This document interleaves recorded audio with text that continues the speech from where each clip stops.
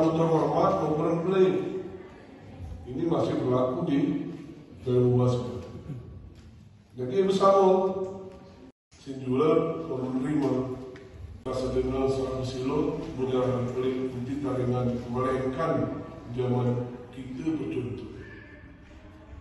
Ini selepas kami sawahan orang izin Tuhan sekasih dikaya orang kalimah ain Bismillahirrahmanirrahim buat pembinaan dengan Kabupaten Tengah tahun 2022 sah kami